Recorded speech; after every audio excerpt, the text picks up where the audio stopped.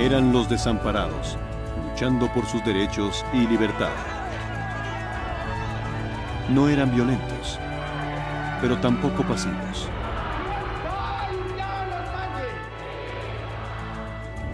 Comenzando en Sudáfrica y después en la India, Mohandas Gandhi les dijo a sus seguidores: la negativa a cooperar con la injusticia sin violencia es la forma de derrotarla.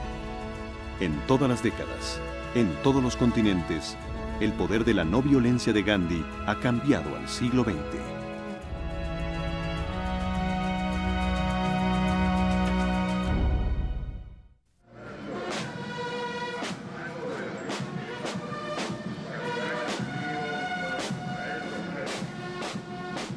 Primavera, 1983. Durante casi 10 años, el general Augusto Pinochet ha gobernado a Chile sin oposición. Faltaba que alguien se atreviera a decirle al dictador que era dictador y decir dictadura a la dictadura y de enfrentarla en su propio terreno. No es que no era el terreno de las armas, sino el terreno del enfrentamiento, de atreverse a decirles a ellos que lo que había en Chile estaba mal y eso había que cambiarlo.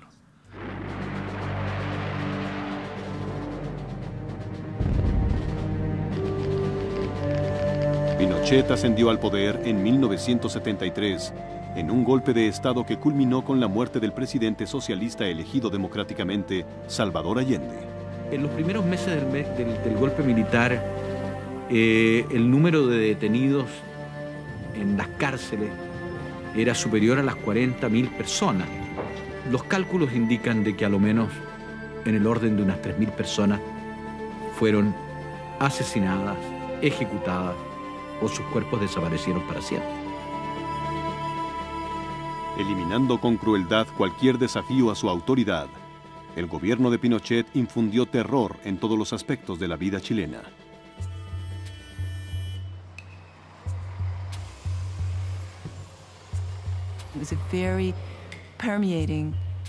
Era una paranoia generalizada que acompañaba a todos.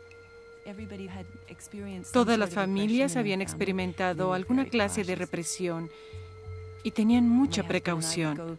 Mi esposo y yo íbamos a reuniones sociales y él no me presentaba.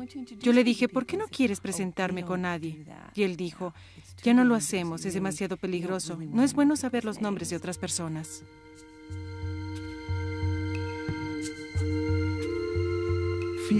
Miedo, terror. Si asusta a las personas, puede controlarlas. Si Pinochet deja algo en la historia, será que es el hombre del terror. Las ejecuciones, desapariciones y prisiones mantienen a la dictadura en el poder por 10 años.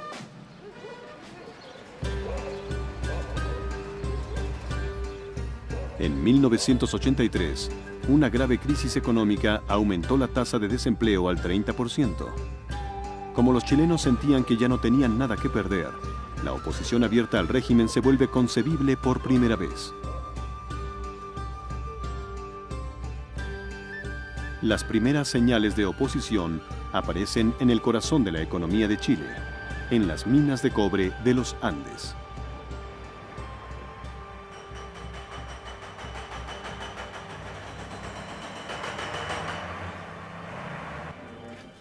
Los mineros están entre los obreros mejor pagados de Chile. Son parte de la mayor y más lucrativa industria exportadora del país.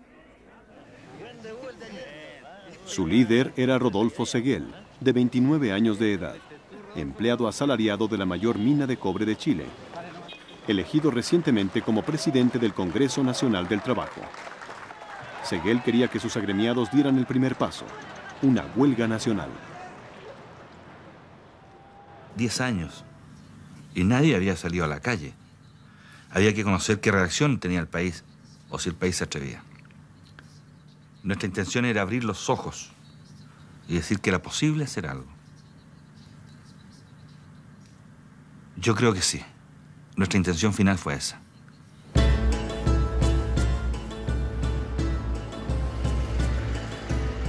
Una semana antes de que estallara la huelga, las tropas de Pinochet rodearon las minas de cobre. Seguel sabía que si seguían adelante con la huelga, habría derramamiento de sangre. Cambió sus planes. En lugar de hacer una huelga, proclamó un Día Nacional de Protesta. Con unos cuantos días para prepararlo, debían movilizar no solo a los agremiados del sindicato, sino a todo el pueblo. Y yo recuerdo que esa mañana me levanté y uno al comienzo no sabía si alguien estaba andando lento en su automóvil o si caminaba lento en la vereda porque estaba paseando o si era alguien que estaba protestando. Hasta que finalmente, al mediodía, era tan obvio, fue tan obvio que todo andaba lento. Fue tan evidente que la ciudad se empezó a cerrar.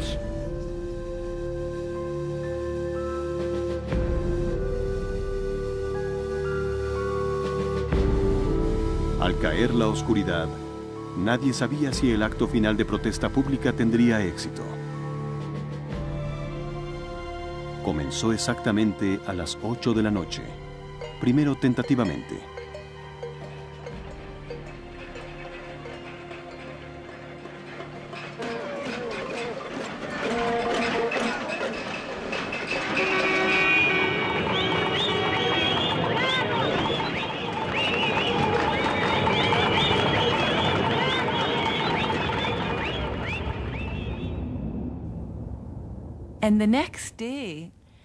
Al día siguiente, todos decían, ¿qué hiciste anoche? ¿Lo viste?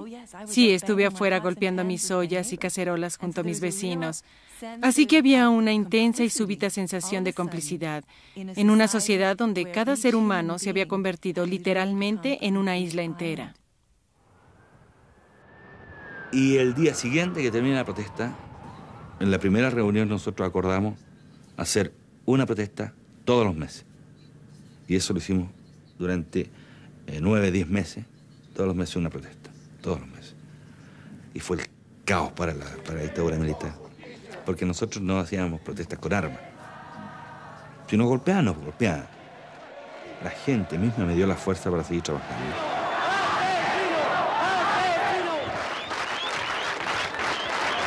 Al aumentar las manifestaciones mes con mes, surgió un estado de ánimo que se acercaba a la euforia. Todos comenzaron a creer que las manifestaciones por sí mismas derrocarían a la dictadura.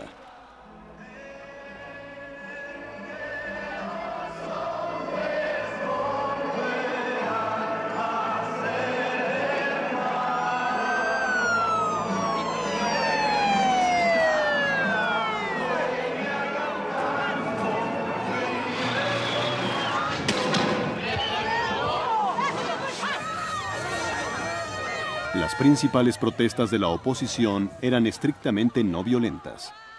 La brutal represión policíaca parecía tener la intención de detener al movimiento por intimidación, pero no surtió efecto. A principios de agosto, un día antes de la cuarta protesta, Pinochet nombró a un nuevo ministro del Interior, Sergio Jarpa. Jarpa recibió instrucciones de comenzar a dialogar con la oposición. El mismo día, en un gesto contradictorio, Pinochet desplegó a miles de soldados en las calles de la capital. Una advertencia siniestra para quienes se movilizarían al día siguiente.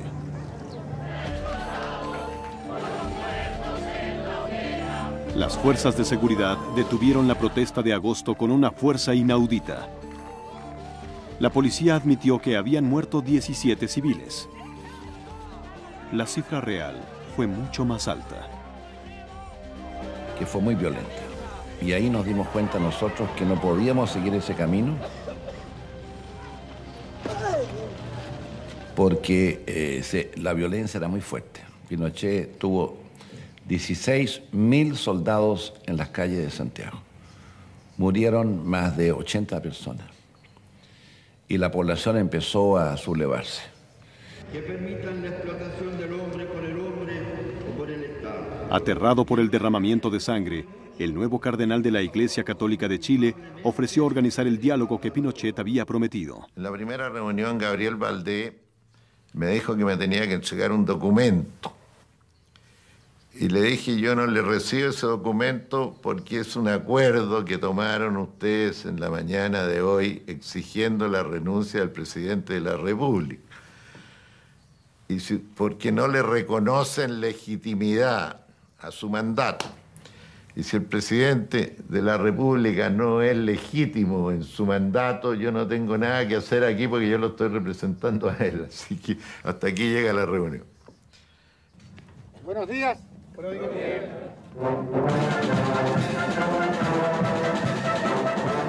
Mientras Pinochet celebraba su cumpleaños en noviembre, había suspendido las reuniones de Sergio Jarpa con la oposición. Las pequeñas concesiones de Jarpa, la actividad política limitada, el regreso de los exiliados, el fin de la censura literaria, eran demasiado para el general. El diálogo había terminado. No hubo ningún resultado. Fue una cosa muy frustrante. No cambió para nada el régimen. E incluso el propio Jarpa después quedó convertido en un personaje político de ninguna importancia, diría. De hecho, el control del gobierno pasó a manos mucho más duras. Los grupos de oposición fueron ingenuos al pensar que Pinochet negociaría el final de su propio poder.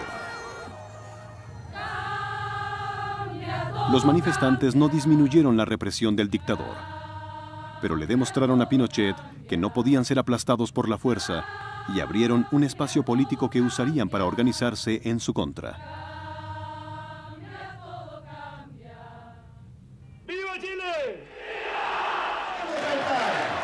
A finales de noviembre de 1985, 500.000 de personas asistieron al mayor mitin político de la historia de Chile. Gabriel Valdés habló por 11 partidos de oposición y por la Iglesia Católica. El Acuerdo Nacional, formado para guiar una transición no violenta a la democracia. Valdés advierte: si no apoyamos al Acuerdo Nacional, nos dirigiremos hacia la guerra civil.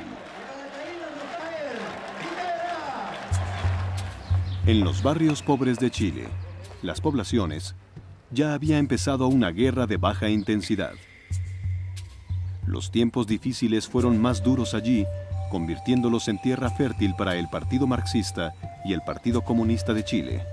No muchos habían tomado personalmente las armas, pero se aceptaba la ideología de la revolución violenta. El régimen veía a las poblaciones como territorio enemigo.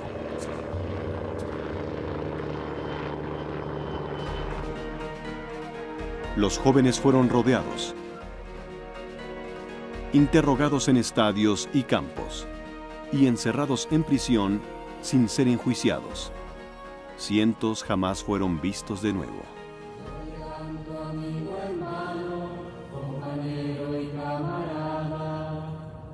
Las violaciones a los derechos humanos de Pinochet obligaron a la normalmente conservadora Iglesia Católica a intervenir en el conflicto. Aunque el clero no tomó ninguna postura política, la Iglesia protestó contra la tortura, las matanzas y las desapariciones y predicó métodos no violentos. Si se usa la violencia, entonces hay que tener la fuerza para defenderse. Cualquier cosa que se imponga a través de la fuerza debe ser defendida a través de la misma. Por eso pensamos que la violencia es la fuerza de los débiles, porque no tienen argumentos, no tienen autoridad moral. Cualquier cosa que se logre a través de la fuerza debe ser defendida a través de ella. Las protestas mensuales se volvieron violentas cuando los radicales confrontaron a la policía, dándole a Pinochet la excusa que necesitaba para atacar a toda la oposición. Las facciones principales fueron criticadas por sus métodos no violentos. En esas condiciones, al ser reprimidas brutalmente, las personas piensan que la única forma de enfrentar a la violencia es a través de la misma. Pero eso era lo que creían. No tenían absolutamente ninguna posibilidad de triunfar. A finales del verano de 1986, la posibilidad de una guerra civil se volvió real. La inteligencia chilena descubrió un escondite de armas en el desierto del norte y las rastreó hasta llegar a un grupo guerrillero afiliado con el Partido Comunista de Chile. Todo indicaba que las armas habían venido de Cuba. Pinochet dijo que era la prueba de que sus enemigos estaban preparando una revolución. Unas semanas después, unos guerrilleros fuertemente armados atacaron a la caravana del general Pinochet en una remota carretera rural. Los medios de comunicación estatales informaron que 5 guardias presidenciales habían muerto, pero no mencionaron nada sobre Pinochet. 4 horas después, el dictador apareció en televisión para describir el ataque. Parecía despreocupado por apenas haberse salvado y regresó al palacio presidencial con su jactancia acostumbrada. El episodio reforzó su imagen de ser invencible.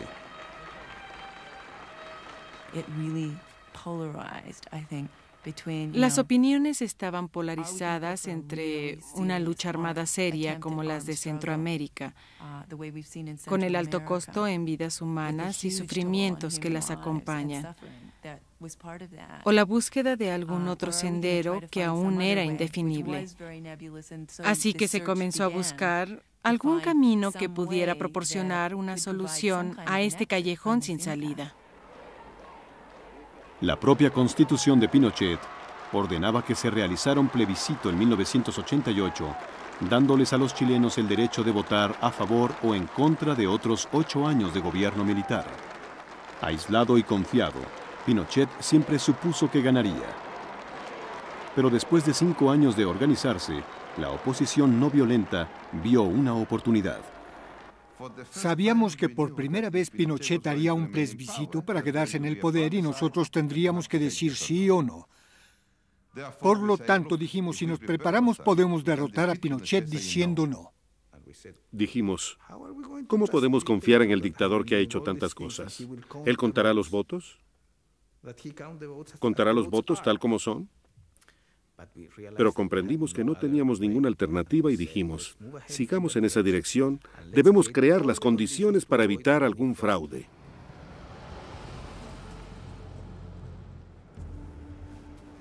Miles de voluntarios viajaron al campo, haciendo una campaña de puerta en puerta para convencer a los chilenos de que podían votar no sin miedo a represalias y de que los resultados no serían alterados.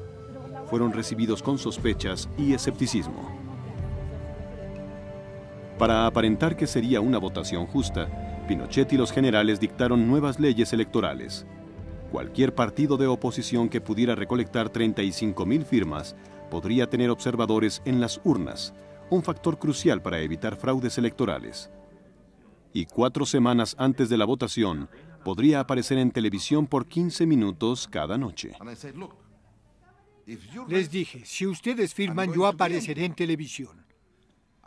El día que eso pase, le diré al señor Pinochet que tiene que irse. Primero dijo, usted, general Pinochet. Raquel, usted me va a excusar. Después de que su partido fue certificado, Lagos recibió su oportunidad al aparecer en un programa de entrevistas chileno. Le voy a recordar, general Pinochet.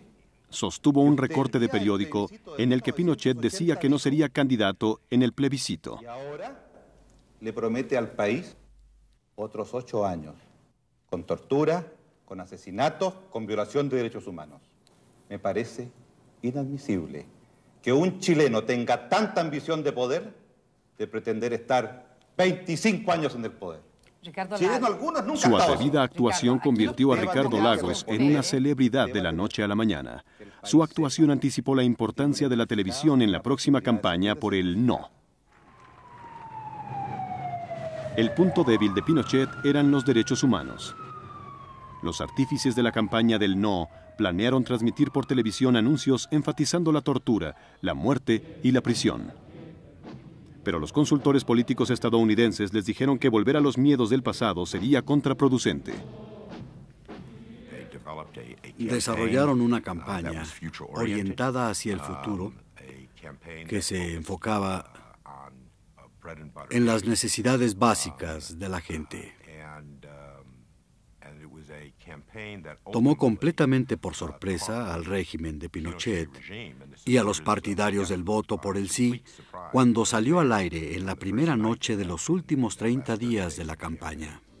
Porque nace el arco iris después de la tempestad, porque quiero que florezcan mil maneras de pensar, porque sin la dictadura la alegría va a llegar, porque pienso en el futuro, voy a decir que no.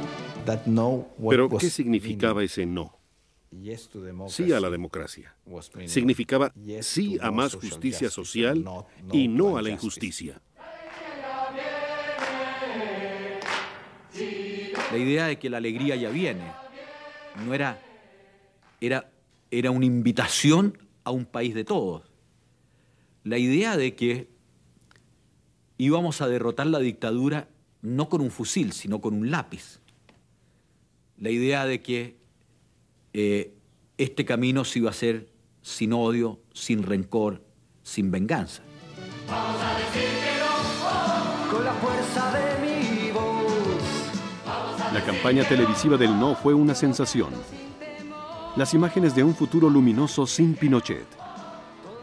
Los anuncios por televisión ganaron credibilidad ante los espectadores escépticos por sus referencias del sufrimiento infligido por la dictadura.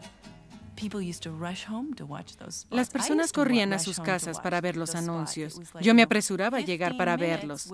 Eran 15 minutos en que se usaban palabras reales para decir cosas reales.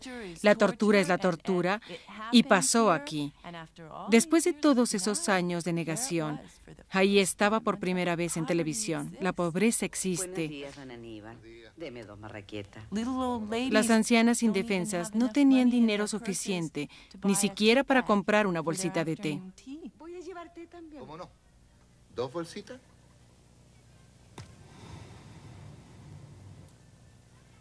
Una nomás. No más miseria.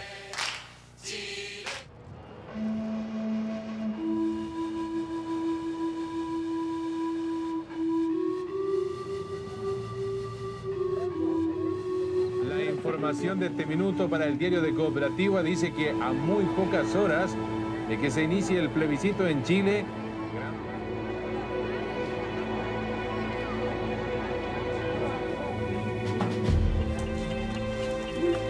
voto no.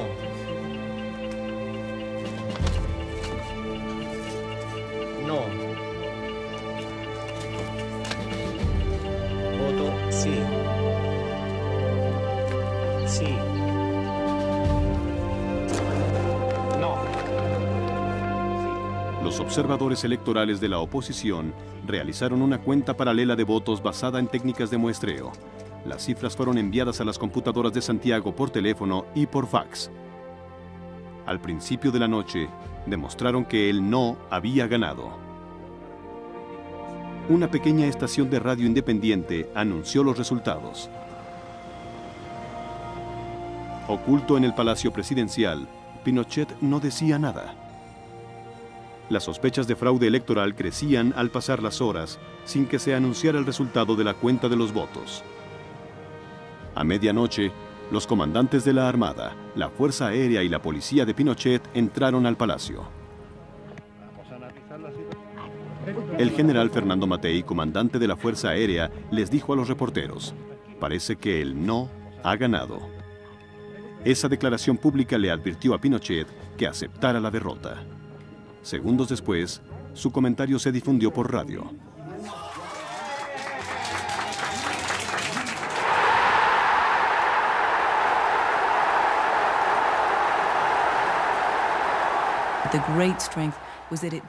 El gran poder se debió a personas comunes extraordinarias. Realmente pusieron sus vidas en riesgo. Salieron a votar. Deseaban hacer valer su posición. Yo soy libre de pensar, porque siento que es la hora. En este mundo vivimos del poder. Todos quisiéramos actuar con autoridad personal y moral. Cuando uno actúa basado en el poder, Si hay un arma apuntándome, diré cualquier cosa que usted piense y quiera. Después de que aleje el arma de mi cabeza, haré lo que yo quiera. Yo lo canto sin temor. Vamos a decir que no. Todos juntos a triunfar. Lo vivió sin odio, lo vivió convencido de que ellos habían sido los actores, y de hecho lo fueron. Aquí no hubo un líder carismático, no hubo una guerrilla, no hubo una vanguardia que dijera yo hice esto. La sensación de los chilenos de esa noche era que lo habían hecho ellos mismos. ¿Cuánto? ¿7 millones?